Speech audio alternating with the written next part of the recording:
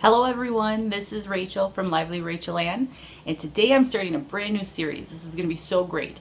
This is coming from a book that I received in my first year of nursing from my mother, and it is called The First Year Nurse, Wisdom, Warnings, and What I Wish I'd Known My First 100 Days on the Job.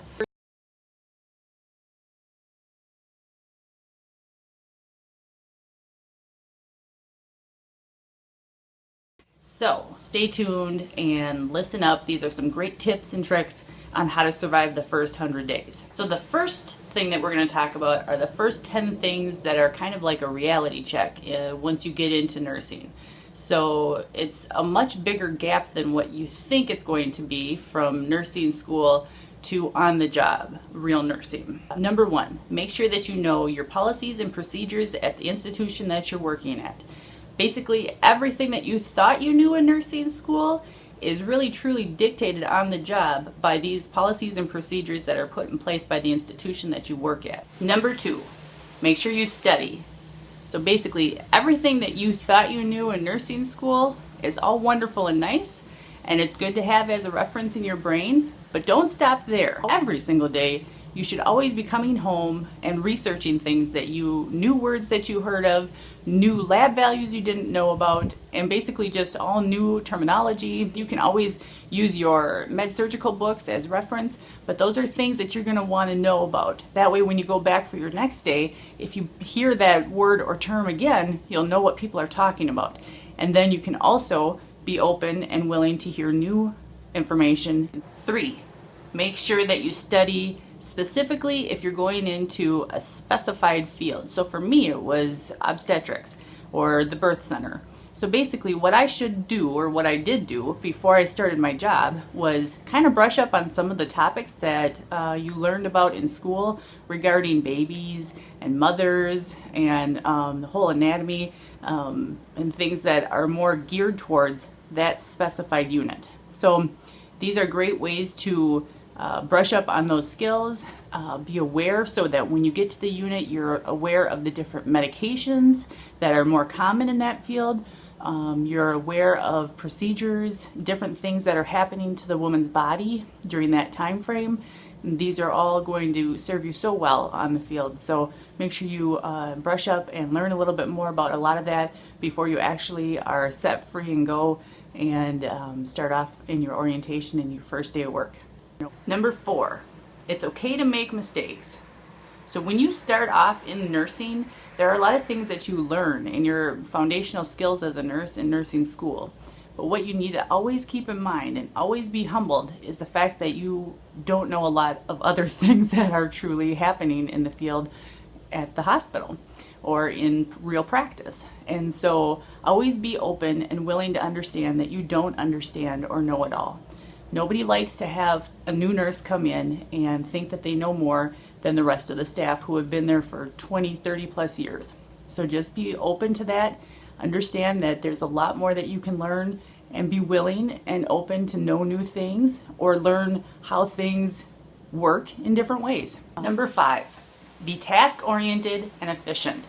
So this is very difficult because that newer nurse that's coming in while she was a nursing student, going around and learning how to do her assessments in the morning, we basically would have been able to spend as much time as we wanted with that patient to gather some good background information and learn what's ailing them, what symptoms they're having, and then also how to assess them fully. But when you are a new nurse and you are practicing and you can have up to 6 to 8 patients at a time, you really need to know how to be efficient. And that's very difficult for some new nurses because it also forces them to have to move on quickly, and you don't get to have that one-on-one time with that patient like you really wanted. And so you sometimes lose the ability to give as much care and compassion for that patient as you normally would if you were a student. So keep that in mind. Don't take it personally. You are amazing and you can do it. Number 6, time management and prioritization is key. You're going to have a lot of sick patients and a little bit of time to hand out a lot of medications and give the best care that you can through your entire shift, all while keeping in mind their symptoms that they're not telling you, their body language, what that's giving off, what they're able to do, what they're not able to do. These are all things that you have to keep in mind, because you then at the end of your shift are going to have to give a thorough report on each one of those patients to the next nurse. So always be aware of all of the things that are going on around you. Make small notes on pieces of paper so that you're always aware of how that patient is doing, so that you can give the best report to the next nurse. 7. Just know that there are a lot of personalities out there between doctors and nurses, and learning how those relationships work together is very important. So knowing which nurses like to be talked to in which certain way, same with the doctors, their quirks, their likes, dislikes. These are all things that that newer nurse also has to get through with that new job. And there's quite a few nurses out there that are really supportive and really wonderful, but there are a few that are not. And so just always be aware of the nurses that are not on your side. They're not there to help you, or they feel as though they don't have enough time to help you. Move on from them. Go to the nurses that work best with you and make yourself a successful nurse. 8. Realizing that now you're on your own, you don't have that nursing instructor or other students breathing down your back, is a wonderful thing. You've got that freedom, that independence, but no, with that comes a lot of responsibility. So make sure that when you're going to that patient's room, that it's not just a cut and dried thing, that it is you and the patient only. So be safe, always check your 5 rights, and make sure that you're doing things as safe as you can possibly do it. 9. Being tolerant. Being tolerant of yourself and how you act with and interact with patients, and learning how the patients interact with families and how you interact with the patients' families. These are all very important skills that you don't just develop overnight. So try to be really tolerant of all of these different facets. Know that each patient, even though you have 6 or 8 patients on your list of people to take care of during the day, you have multiple family members involved, and many people who really have like the utmost concern and care for their loved one in the hospital. So just know that being tolerant of at this time for these other patients and their families is a very key step in becoming that better nurse right off the bat. You also have to know yourself really well, have a strong sense of self, so that way you know exactly what the things are that you can give to your patients and the things that you can't.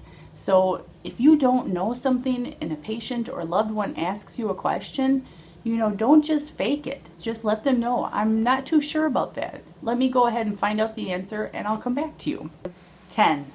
Huge range of emotions. So just know that as a newer nurse in that first 100 days, you are going to feel so many emotions, and they can all happen all on the same day. You can be elated and excited and proud of yourself because you figured something out and know something new, or the very next minute you can be angry with yourself because you didn't catch something, or your patient isn't doing as well as you expected them to, or you can be completely shy, embarrassed, frustrated, sad, scared. I mean, there's so many emotions that go through you every single day. It's going to be a true roller coaster of emotions. But just keep remembering to come home, take some deep breaths, and remember that this is all a part of the learning process. And at one day and one point, you're going to flip a switch and you're going to feel so much more confident and even keel with all of your emotions that it's going to be worth it. And this is just all a part of the process to get there. So if you think that you have a lot to deal with before even starting and before even going out there, just remember that in the next topic that we go over, we're going to find ways on how to get through it, how to navigate through those tough waters. Thank you for watching. We'll see you next time.